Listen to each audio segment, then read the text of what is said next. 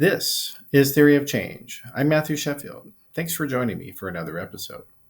One of the biggest differences between the left and right-wing political ecosystems in America is that on the right, they have many, many more events and conferences compared to Democrats and other left-wing political parties. The right has always been more interested than the left in political events, but during the COVID-19 pandemic, the divergence between the two sides really began to open up significantly. And that's because a number of far-right Christian activists began holding public events in defiance of laws against gatherings. And since then, they've only kept going, expanding their efforts primarily to support Donald Trump, but also to bring people together and make a lot of money. These conferences are attracting thousands of people in many different states, and including very prominent right-wing political figures such as former General Michael Flynn and former White House aide Sebastian Gorka, and even presidential son Eric Trump. And yet, despite the fact that these events are attracting thousands and thousands of people in many different states, they receive very little coverage in the mainstream media. One person who has paid a lot of attention to these right-wing events is Amanda Moore, and she's our guest on today's episode. At one point, she was undercover in MAGA for a year, and since then has continued going to conferences, including recently at the Rod of Iron Freedom Festival in Greeley, Pennsylvania, which is overseen by a religious cult run by a man named Sean Moon, who is the son of the former Mooney cult leader. It's a very bizarre story that we're going to hear from her today. It was a very strange sight to see, including people running around with crowns of bullets and many other strange things. I hope you'll enjoy. And joining me now is Amanda Moore. Hey, Amanda, good to have you here. Thanks for having me. Yeah, so you got out of a very strange place just recently. Yes. You were at the Rod of Iron Freedom Festival in Greeley, Pennsylvania. And for people who haven't heard of it, which is probably most Americans, what is this Rod of Iron Freedom Festival? What did you see there? What was it like? It was bizarre. It was a bunch of speakers, many of them fairly mainstream, like Michael Flynn or Sebastian Gorka, but it was being held at the Tommy Gun Warehouse, and that was being led. There's Pastor Sean Moon, who starts the days off with a sermon while he's clutching a gun. And so it's just a very unique experience, unlike anything I'd ever seen before. Yeah, well, and also a crown of bullets. A crown of on his bullets. head. It's right. I got my photo taken, and the little they have it set up so there's cutouts for your face, and then you're wearing the bullet crown. Oh my God. So I did that. That was fun. Well, okay, yeah. So now, did they explain in any of the? I mean, these are sermons. Frankly, these are not speeches. Any of the sermons that were at the conference, what was up with this crown of bullet stuff and all the AR-15s and guns and all over the place? Did they talk about why they were doing that at all? Well, it's mostly it seemed like it was because Jesus would want you to have an AR. That was really the predominant reason that we were given. The sermon was pretty short from Moon, but it really was the crux of it was, you need to have guns. God would want you to have them, and we need Donald Trump to win today. So there was not a lot of going into detail about the nuts and bolts of why they believed what they believed.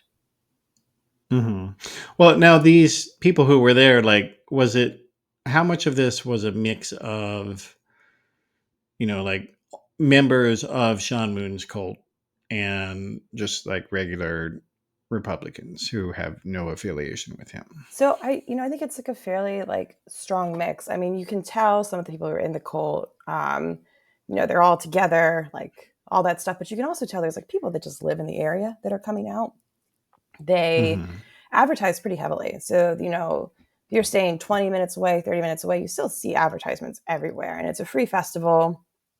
Gorka's there, Jack Posovic's there, names that people recognize are there. And so if you live locally and you're a Republican, why wouldn't you come out to the Free Festival to see all these super cool, fairly mainstream Republicans give speeches at the Tommy Gun Warehouse? And most people that I talked to that struck up conversation with me, I mean, nobody who's involved in the actual cult struck up a conversation with me, but people who like just live locally and were there because they thought it would be a cool thing to go to. I mean, that's literally how they described it, was that I saw the signs and I saw that General Flynn was going to be here, so I showed up.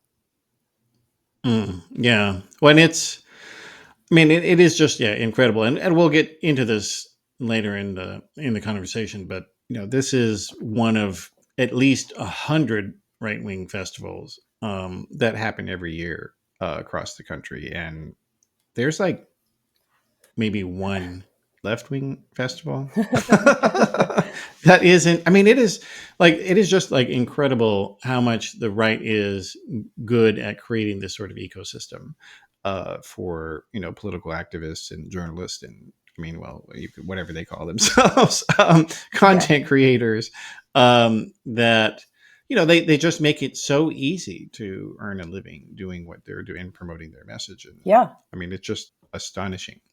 And you've been on the right wing conference and festival circuit for a few years now, including when you were undercover going to a bunch of these things. Tell us a little bit about that. I know it's a bit of a throwback. So I spent basically like November 2020 until October 2021 undercover. So I was at, of course, January 6th and the Stop the Steal rallies. But then I was also paying to go to CPAC, to, like QAnon John had a conference in Dallas. That was 4 days that I went to. I was going to the Clay Clark conferences that were Reopen America. Then once America was reopened, it was Reawaken America. They just had to keep kind of evolving what they were calling it. So I went to a bunch of those kinds of things, just as a participant, as a ticket holder, not as a journalist. So people didn't know they were talking to a journalist when they would talk to me. And of course, ever since then, I'm very recognizable, especially to the demographic that I cover predominantly. So now I go to things like CPAC and I get instantly thrown out. Though I was able to stay for the whole weekend in Greeley this past weekend, but generally I'm no longer welcome inside. well, you're not welcome generally because you tell the truth. Like that's that's fundamentally what the objection is. That like there's this like the right wing reactionary radicals who control the Republican Party. They don't want regular normie Republicans or political independents to know what they're doing and what they think. I mean, that's what this comes down to, right? Right. Yeah. And like and you can even see that with Trump himself, like as we're coming into the last few weeks of the presidential campaign here, Trump actually he stopped doing mainstream media interviews like weeks ago. The only people he talks to now are right wing podcasters and Fox News hosts, and he's explicitly refused to do any more mainstream interviews. He refused to do a debate, even on Fox News. He refused to do a debate with Kamala Harris because the whole point is that we're going to speak to our crazies, and and then unfortunately a lot of the mainstream media just doesn't cover this stuff. I mean, you have been to a ton of these conferences. Like, how much mainstream media presence have you seen in all the ones you've been to? I mean, it really varies. I mean, the thing is, like, so there's Turning Point USA, and they have all of these events, and they have a couple of big ones every year. They have a big one in the summer, and they have a big one in the winter, and they have a big one also in the summer, but just for women.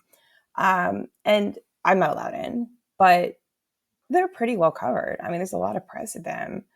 But what I go to these events for is that people like white nationalist Nick Fuentes will hold their events next door to piggyback on the audience. He'll do it at CPAC, he'll do it at Turning Point. And it's at those events where there's really not a lot of press covering what's going on at that kind of thing. This thing this past weekend, the Moonies, it was mostly local and like videographers and photographers because it's good visuals, it's exciting visuals. But People with machine guns, yeah. yeah. But, like magazine writers don't want to go stand outside at a rally all day. They don't want to go to a riot. They don't want to go to a gun festival. I do, but it's pretty much not the norm. And so I think there's editorial pushback as well as it's just not something that writers themselves wish to do. Well, or that, I mean, I've seen editors, I think, are the main problem with this, that they're like, oh, well, these are fringe figures. Like, who cares what they're up to? And it's like, well, actually, if you paid attention to this stuff and knew what you were talking about, you would see that, Donald Trump's sons have been to this Freedom Fest. We could spend we could do 4 or 5 hours on editors. I mean, I went to a Nazi rally and there were Texas RNC delegates. There were people who have been going to Mar-a-Lago their entire lives. There were people running for office. There were people who hold positions at this Nazi rally. And I had to pitch 26 outlets. And then finally The Intercept took it. I was told that the rally had happened 2 weeks ago. It was old news. I was told we have a lot on our plate right now. And these are people, they're throwing sick hiles. So I have a lot of like editorial, I have a lot of negative things to say in that regard. But I also do think that I've been to riots where there are people who are writers and they're like, this is too much for me. I have to leave. And I'm like, there's nothing going on. I'm not even wearing a gas mask.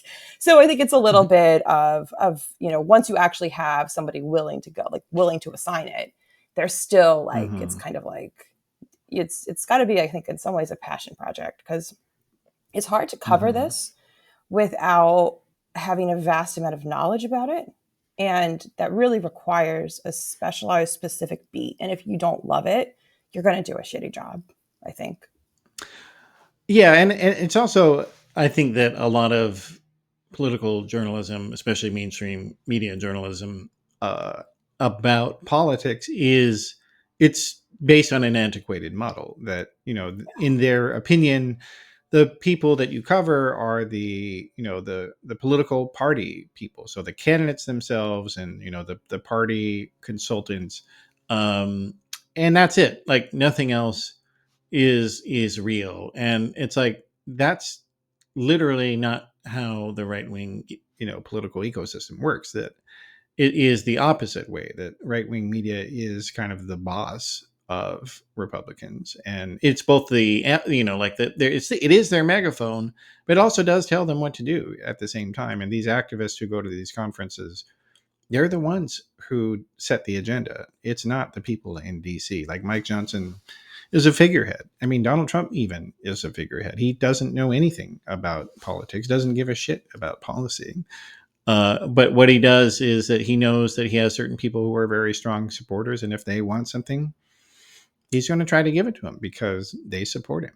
And it's like, this is not what, these editors who, came up and went to journalism school in the 90s. Like, this is not the party that they were trained on, because this is a different Republican Party and how it operates and who has the power. Yeah. Yeah. And it's, a lot of it too. I would think at least there would be more crossover. I mean, take Jack Posobiec, for example. He's involved with Trump Force 47. There was a law change back in March, and it basically allowed presidential campaigns to kind of outsource their everything. As far as I can tell, it really seems like the whole purpose is to kind of obfuscate who's on payroll for the campaigns, because now instead of being paid directly from Trump 2024, you're paid by your state GOP or you're paid by the RNC, and it's extremely difficult to go through all of this. But Trump Force 47 gets very little mainstream attention. I'm constantly explaining what it is to people. I feel crazy because I'm explaining what it is to journalists who I feel like should know. But Jack Posobiec runs trainings for them. And then he's speaking at the Moonies retreat, on Saturday. And on Thursday, he was speaking with Steve Saylor, who is just a race science guy, you know? And he's literally involved with the campaign. That's what it is. He's a surrogate of the campaign. And so you'd think that they would realize that there's way more crossover in an official capacity at this point. And of course, the campaign has told me that Posobiec is not being compensated for what he's doing. But do you need to be getting a check from the RNC? Or there are maybe other benefits to running these campaigns and, adding it to your list of credentials. Who can say? But yeah, you'd think that they would start to realize, because they really are just pulling in these media people. Roseanne Barr is doing trainings for Trump Force 47 for the Trump campaign, and she's out of her mind. And there's just still like a refusal to acknowledge how things are run and kind of who is in charge of stuff. Yeah.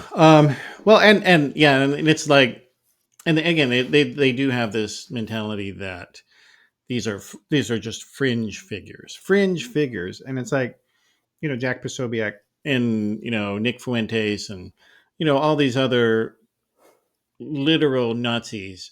They have a bigger social media following than Ted Cruz. Like, they have more fans than Josh Hawley. They have more people who love them than any of these members of the House of Representatives. That you often see put forward as some sort of representative, like Dan Crenshaw. Like, Dan Crenshaw is a nothing in Republican politics in terms of, like, the Republican base loathes Dan Crenshaw. Like, he's hated. He's a hated figure. He's not representative of the Republican Party at all. And yet you see in, people like him or Lindsey Graham, put forward as some sort of representative of the Republican Party. Like, the Republican Party hates them. Yeah. They don't just not like them. They loathe them. And, these guys are like, I call them the fictitious Republicans. Like, that they're just sort of cardboard cutouts to go and talk to the mainstream media and, make them think that this is what the Republican Party is. But the Republican Party is the people at these conferences that you're going to. Yeah, nobody is pledging to rape, kill, and die for Dan Crenshaw, but I'll tell you what, they're doing that for Nick Fuentes.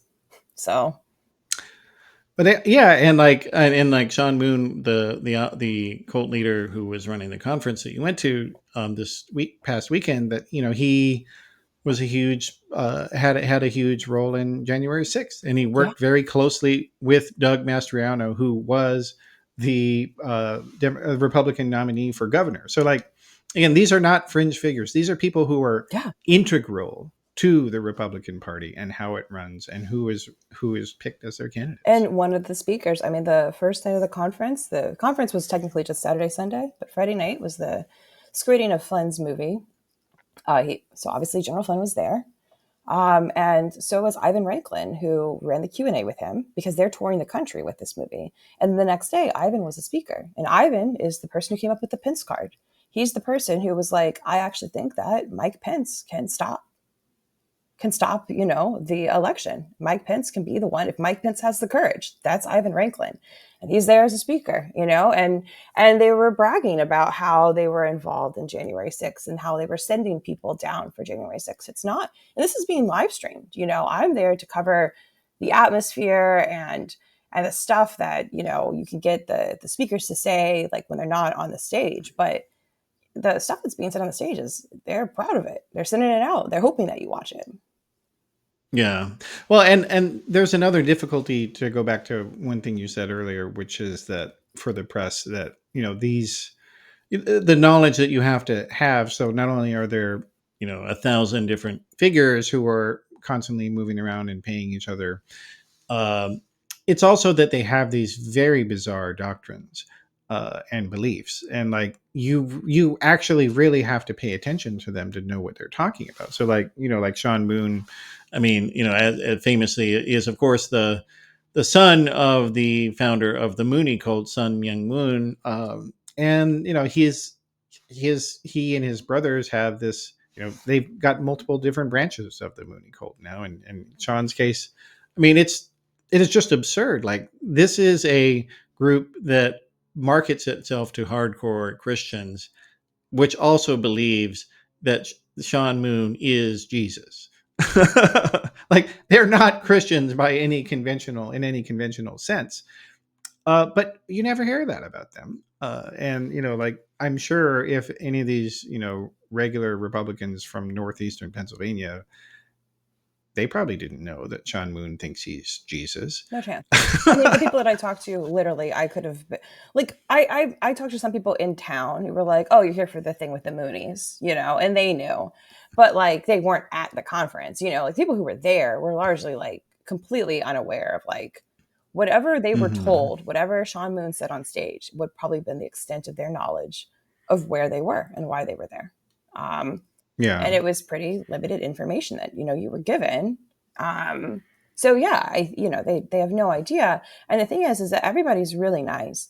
I'm banned from all these events because specifically, I think a lot of when I was undercover, I just kind of happened to meet the people that I was like, you are going to be very important in a few years, and just by chance, that's who I met, and I was correct.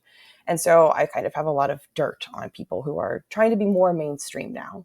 And so, Like who? Just I mean, like for I write about reference. this, like, I mean, it's not even going to be names that like, right? Unless you're familiar, like, with my work. But like, there's Gavin Wax, who's the head of the New York Young Republican Club. There's all these people who are now filling in positions in PACs in Michigan and Texas and New York, and they're doing all this stuff, and it's like, well, I have all your chats where you're like, Hitler was cool, and so there's a lot of animosity towards that, like within like QAnon circles or cult circles. There's not that same level of hatred of me because I don't super dig into that. But that being said, like I think all the journalists there would agree that these people were extremely kind. The press lady was very accommodating. I mean, I emailed at like Wednesday 10 p.m. and I was like, "Hey, can I cover this?" And with the next morning, like probably the first thing that she did was email me back and say, "Of course, so nice when I was there. Everybody's so nice." And so, of course, if you're just walking into it, it just seems like this is great. We've got all these great speakers and everyone's so friendly and so accommodating. And there's, like, it's just, I think it's hard too, once people go to something like that and they have a nice time and everyone's friendly to them, to then be like, well, when you peel it back, this is what actually is going on. People don't want to hear that. They don't want to, people don't want to feel tricked. And they also don't want to feel like jerks, because it feels bad when like, people were so nice to me and now I know they suck. So.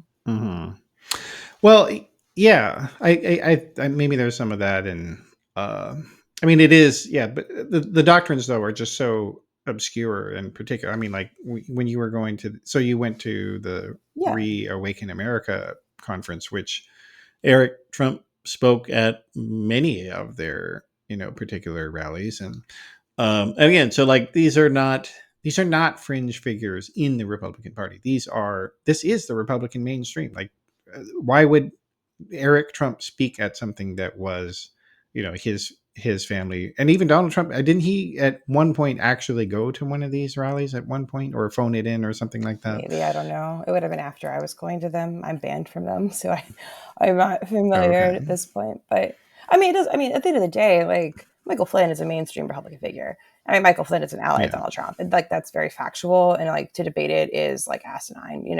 So I will say at those Clay Clark events, they're not so nice. So it's probably easier to convince people. But when like something like Sean Moon, where you really have to go into a lot of detail to explain stuff to people, if someone had a positive experience, you've got about 5 sentences to get their attention, to change their mind, to get them to listen to you. And Sean Moon needs more than 5 sentences, right?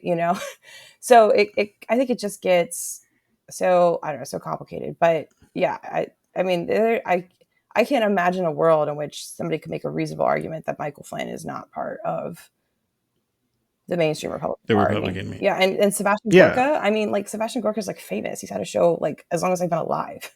I his wife is the head of like her like maybe Fairfax counties like GOP. Like these are mainstream people. I mean, Candace Taylor, who when I was undercover, I was at events watching her on stage saying that like the Lord had sent her Lynn Wood to replace her dead father.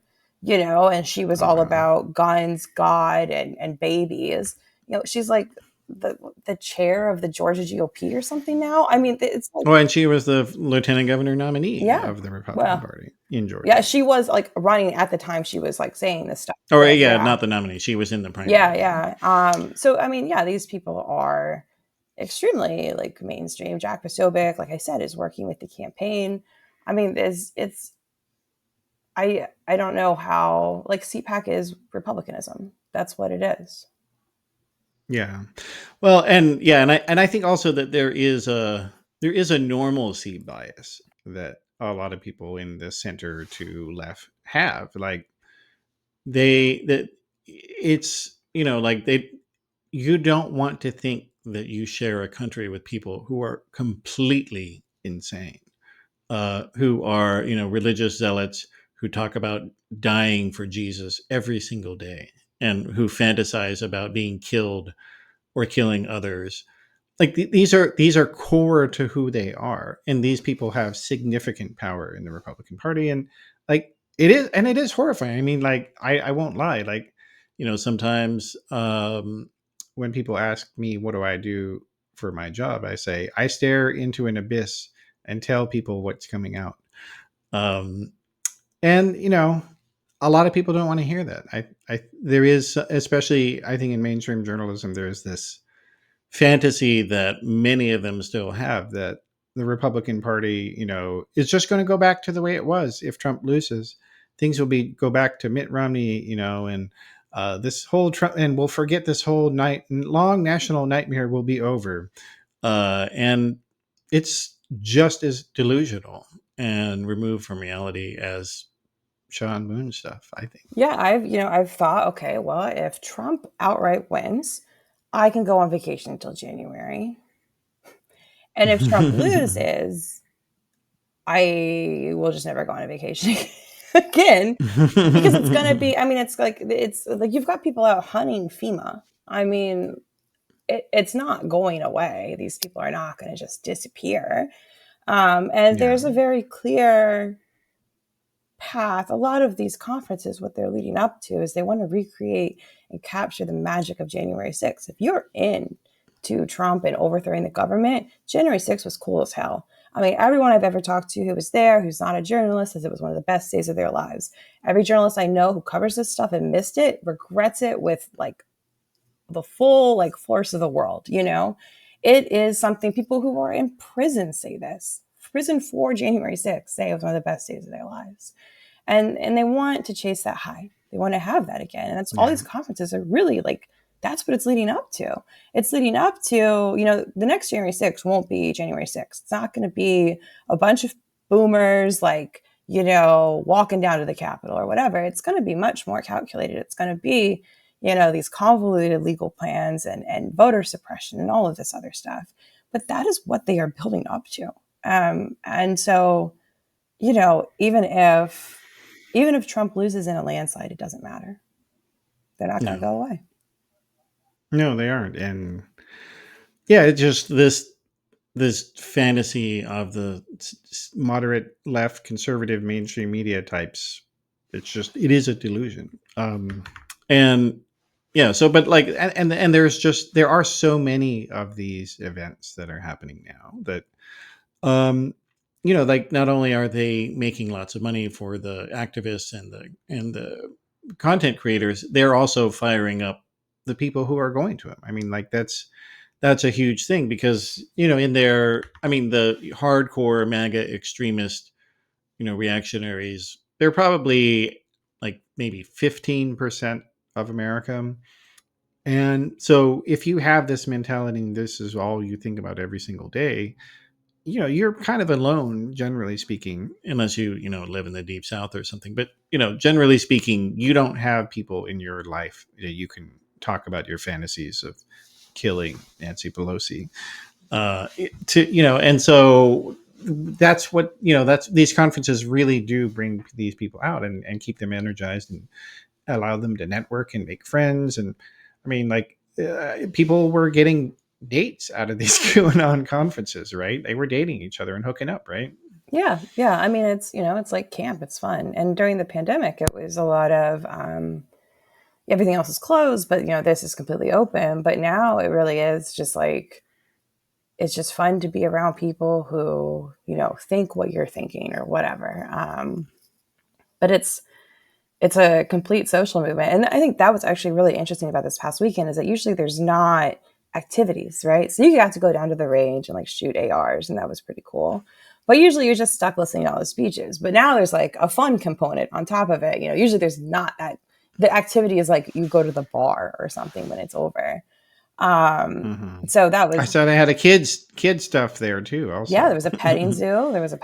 There was a big lizard and I think a goat or something. Maybe a lamb. I don't know. I didn't go to the petting zoo.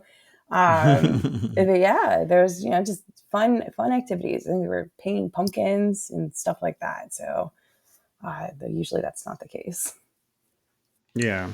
Well, and so one of the other ones that you had gone to recently was the Make America Healthy tour of Robert Kennedy Jr. And that tell us about that experience. How was that? Yeah. So what I went to, it was the God, like whatever. Basically, a year ago, in February 23, there was a what I would call a pro-Russia rally.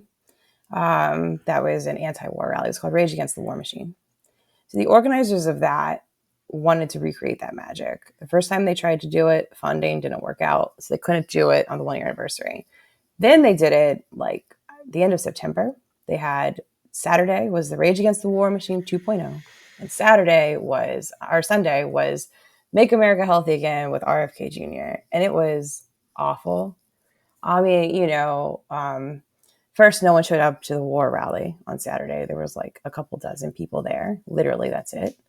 And then the rally the next day, the weather sucked. It was very poorly organized.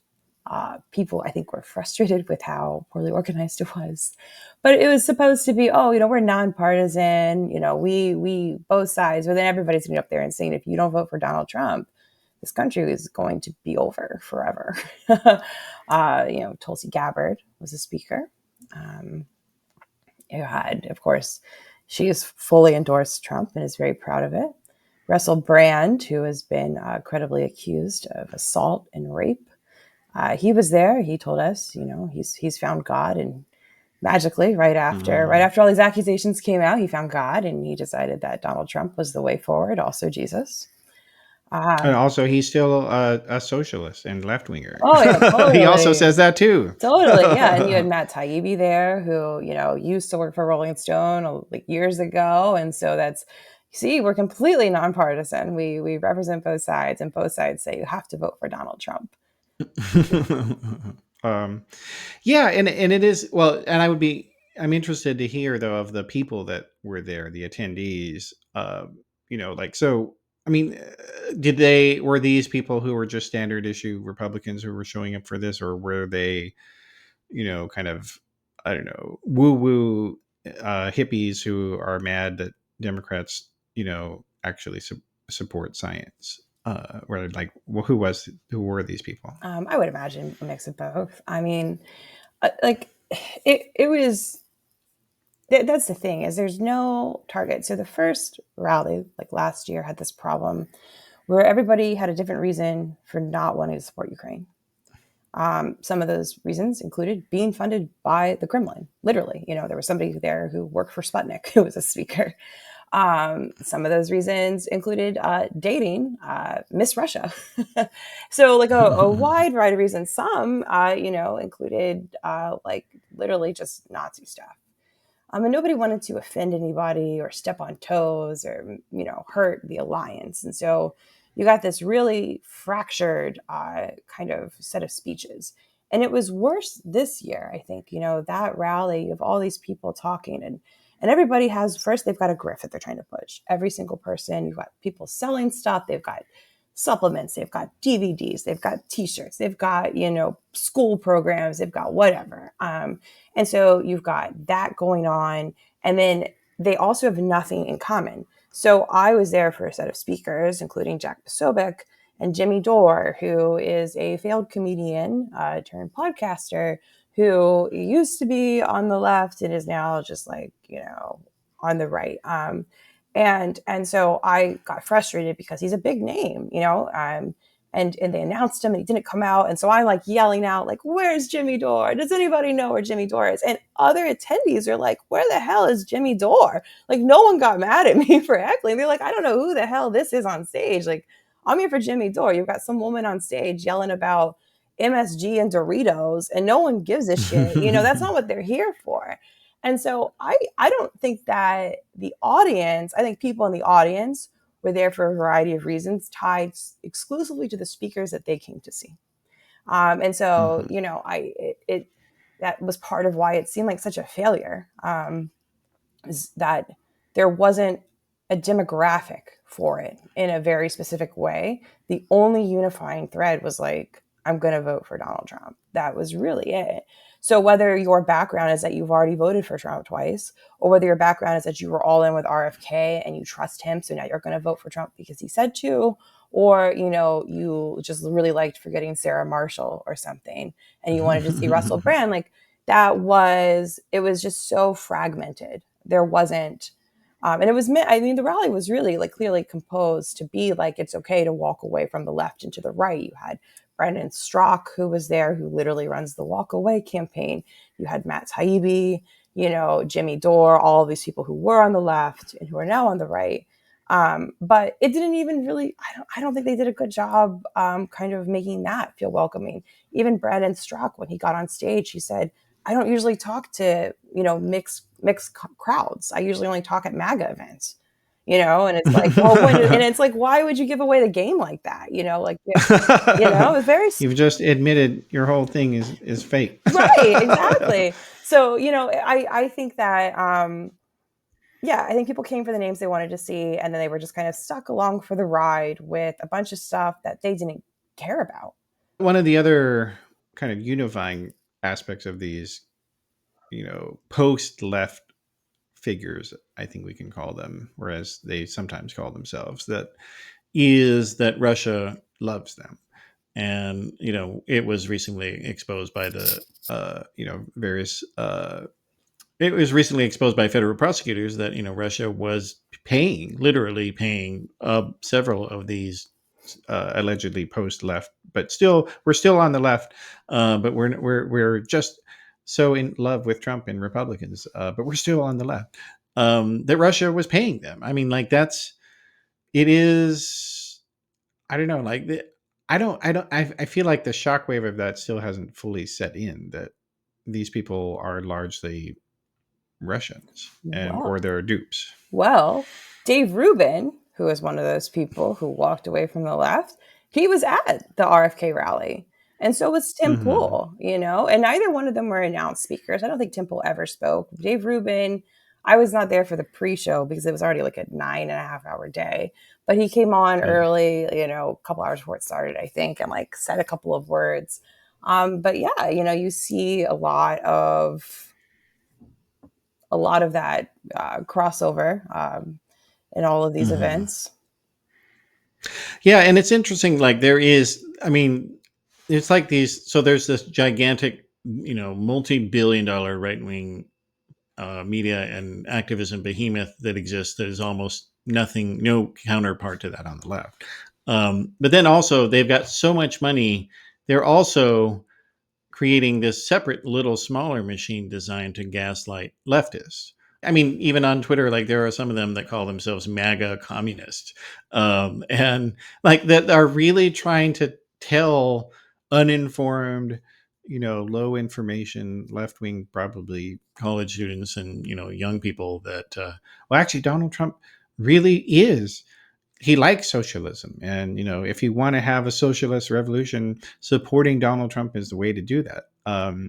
And these people are all over the place, and like we're going out there and saying things like, well, if you're really concerned about Gaza, the civilian deaths in Gaza, then you need to support Donald Trump.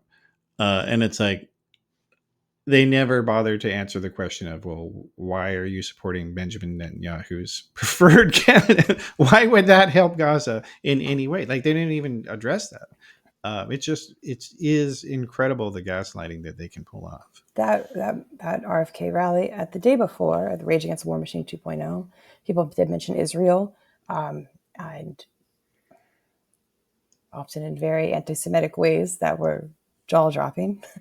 But the Sunday, the RFK rally, the main one, it took until Jimmy Dore for someone to say Israel. I mean, it literally took 6.5 hours at this pro-peace rally for someone to say a single thing about Israel. And when he did, he made some joke. He said, a lot of my Zionist friends will say to me, Jimmy, like, don't you know that Israel's the only place in the Middle East that accepts, LGBTQ? And don't you love that because you're a liberal, blah, blah, blah. And they'll be like, what do you say to that? And he's like, well, I tell them, great point. We should slaughter all the Gazans' children. You're right. And the crowd, like, there was some applause, but it was not the overwhelming experience. Because, I mean, in that crowd, Israel's doing nothing wrong, and like you don't even mention it. You can't even, bring that up. So another disjointed, interesting thing. But yeah, like it's of course.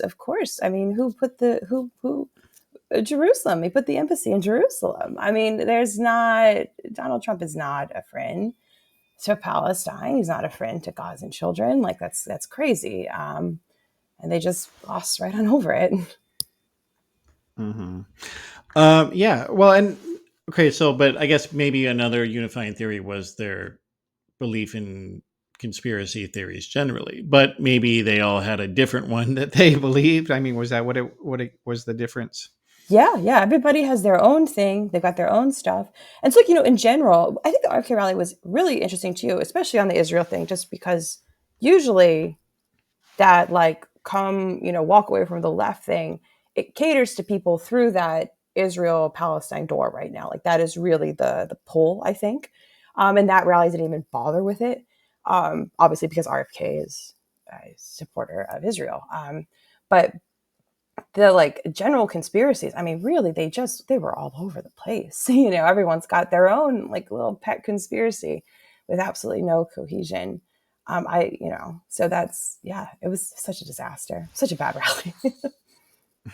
Yeah.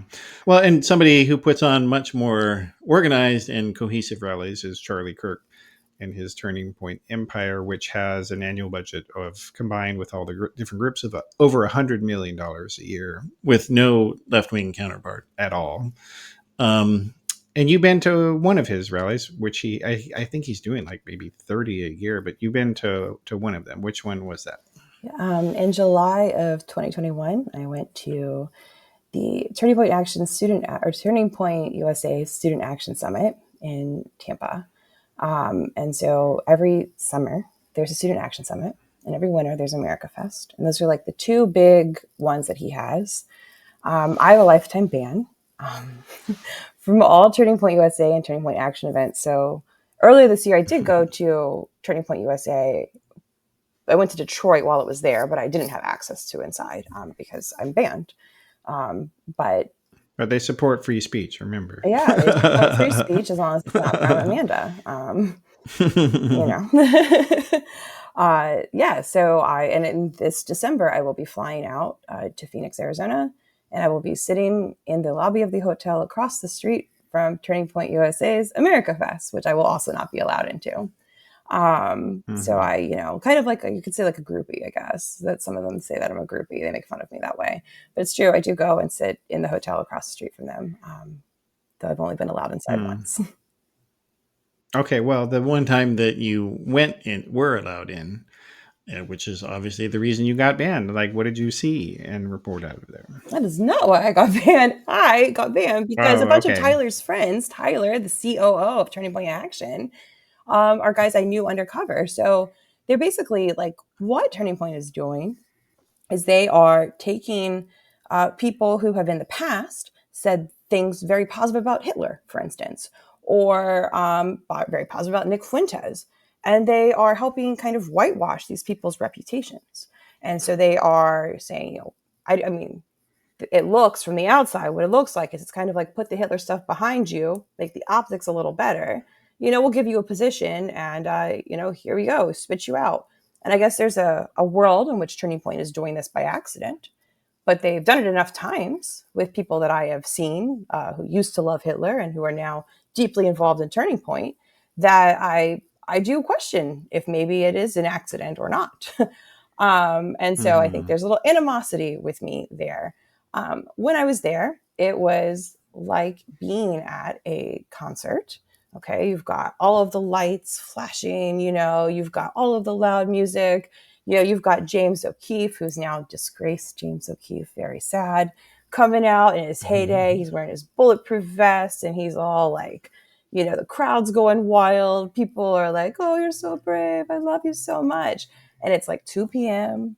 on Friday, and this is what we're doing, and it's absolutely bonkers. And it's really, it's geared for college students, but also like a lot of boomers love it. They love to come in and give their money, and they feel like they're part of the youth culture because they're there at the youth event. And it's just completely over the top. It's so, so ridiculous that I would not go to something like this for fun in general. It's just not who I am.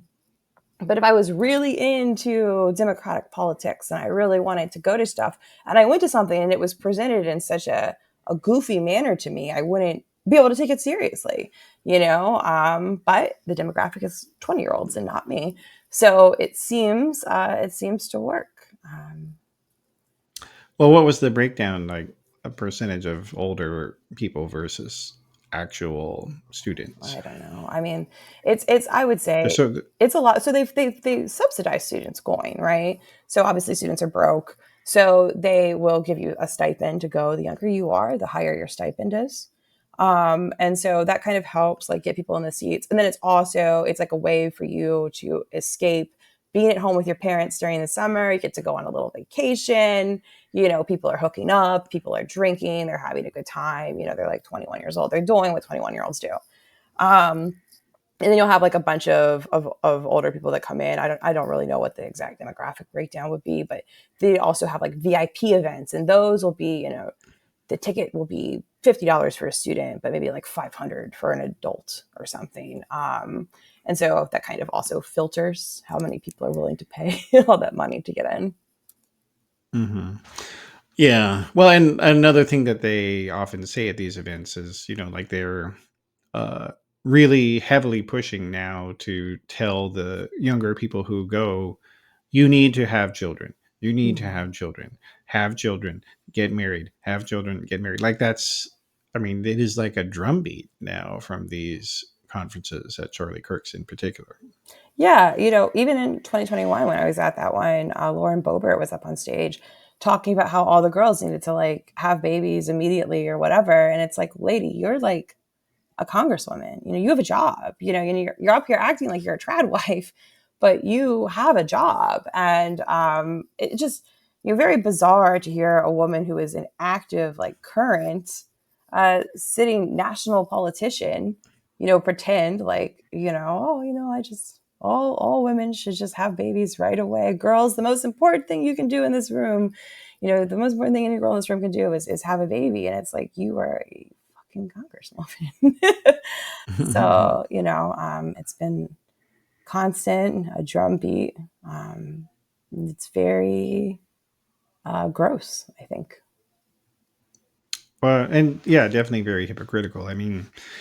I do have to think though that a lot of the reason why they've shifted to this type of messaging is that they've realized a couple things. One is that Gen Z women are now the first generation in American history to be less religious than men of their age cohort.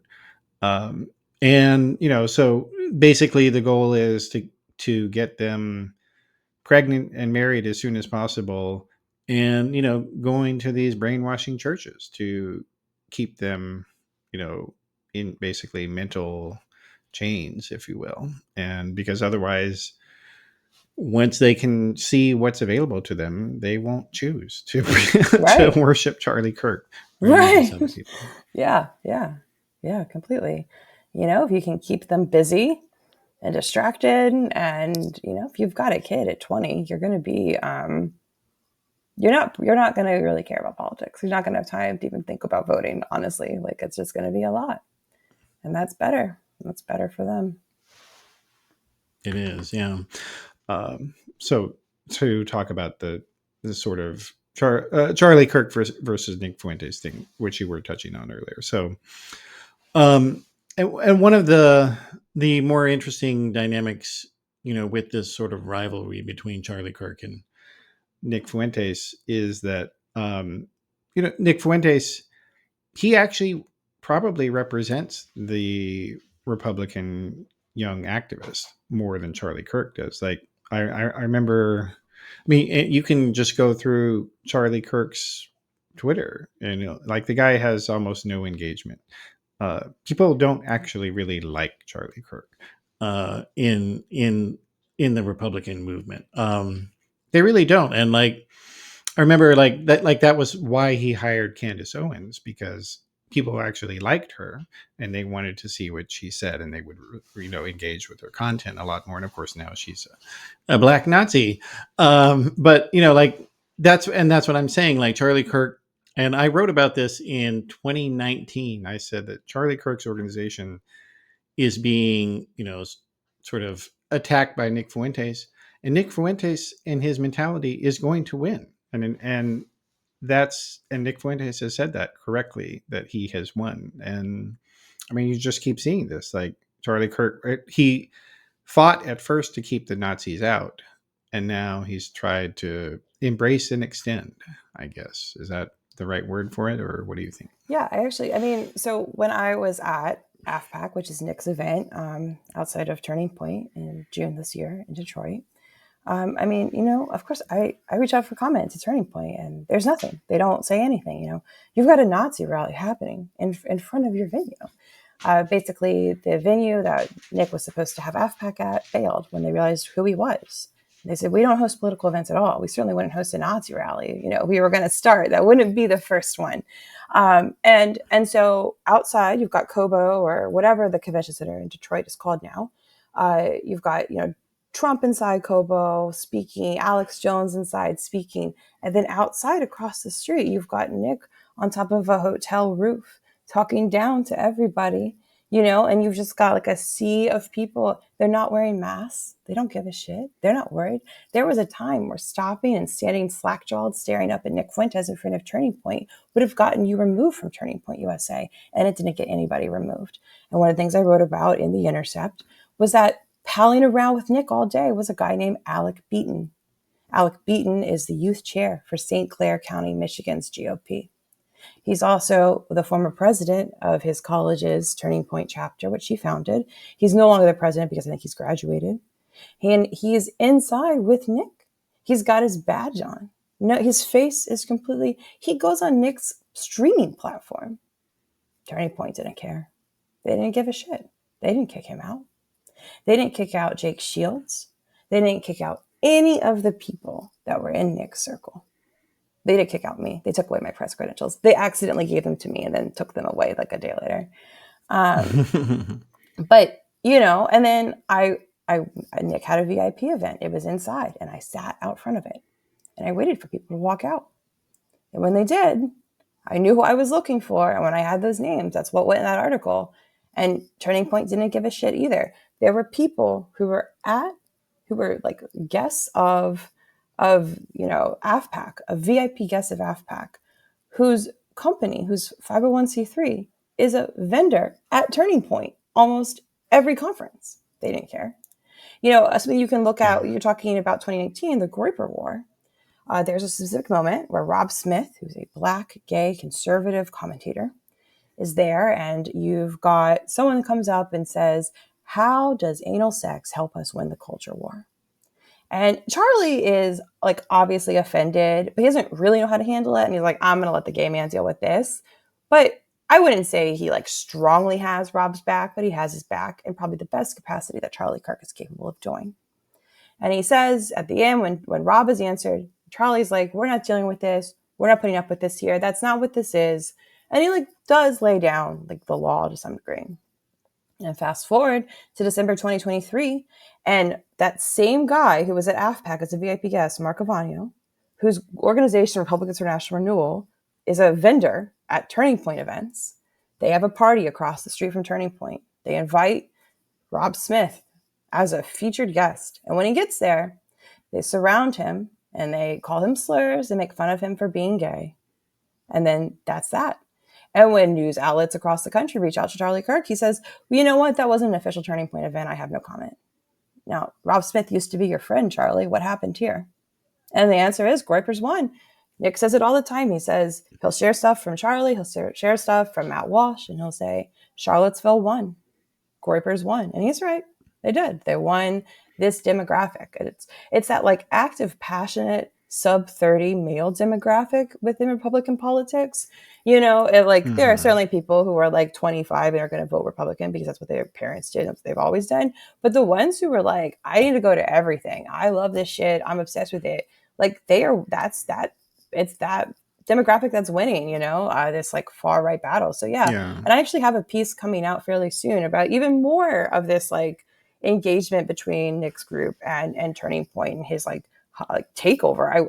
I was going to say hostile takeover of Turning Point, but I don't think it's particularly hostile at this point. No, it isn't. Yeah. Well, and it all comes down to that. Another thing that I think a lot of we'll say, center to left Christians, especially, do not want to accept, which is that, these far right Christians, they really do believe that Christianity will be illegal. They really do believe that, they're going to be forced to be gay, or made to become, transgender. Like, they really do believe these things. And it's like, people on the center to left, especially establishment left, they don't want to look at this stuff. They don't want to believe it's real.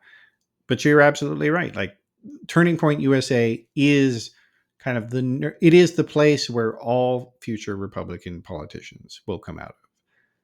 And Nazis are welcome in this organization. Like, that's the future of the Republican Party, welcoming Nazis with an open door. I mean, look at Turning Point and CPAC both, both organizations that have banned me. And at a personal level, because at CPAC, they said, we're going to revoke a bunch of left-wing media's press credentials. So you'll have to buy a ticket.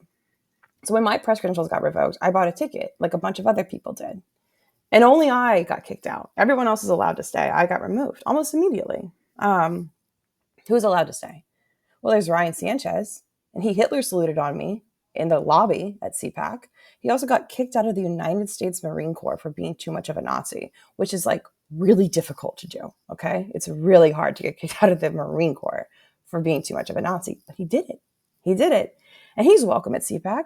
He's welcome at Turning Point. They don't give a shit, when Ryan Hitler saluted on me at CPAC, the video went viral, and still CPAC Matt Schlapp, who runs ACU, which is who puts on CPAC, he doubled down on it. And he was like, the only people here who are anti-Semitic are, the left-wing journalists, whatever the hell. He said some dumb stuff. You've got that. I have a stalker. I have a neo-Nazi stalker who's currently in prison. And he was at CPAC and he was running a podcast, and it was a Twitter space, and it was called Neo-Nazi Infiltrates CPAC. Okay. And he was welcomed at CPAC. Matt Schlapp wouldn't condemn him. And this guy is a guy in jail for stalking women who has multiple times tried to shoot up high schools. And he's been under investigation by the feds for like a decade, and that's fine. That's completely welcome. And there's no shutting the door. Everybody is welcome as long as they say the main talking point, which is that we are correct. I'm voting for Donald Trump. Great. Don't give a shit. What else? Come on in the door. And it's, you create the culture that you deserve. Yeah. And I applaud you for being one of the few people being willing to say that full story. Like, that's, people, it's ironic, people on the right love to talk about how things are being censored and censorship, industrial complex and whatnot. But actually telling the full truth of what the Republican Party is doing and who they are becoming That's the most censored story in America. Yeah. Yeah. All right. Well, so it's been a harrowing discussion, but I think necessary.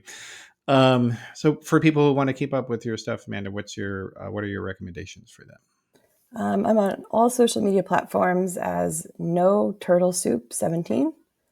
And then I have a Substack that's turtlediaries.net. Okay, cool. All right. Well, I encourage everybody to check those out. Thanks for being here. Of course. Thanks for having me. All right. So that is the program for today. I appreciate everybody joining us for the conversation. And you can always get more if you go to theoryofchange.show with the video, audio, and transcript of all of the episodes. And my thanks especially to everybody who is a paid subscribing member. You have unlimited full access to all the episodes. And I thank you very much for your support. And I'll see you next time.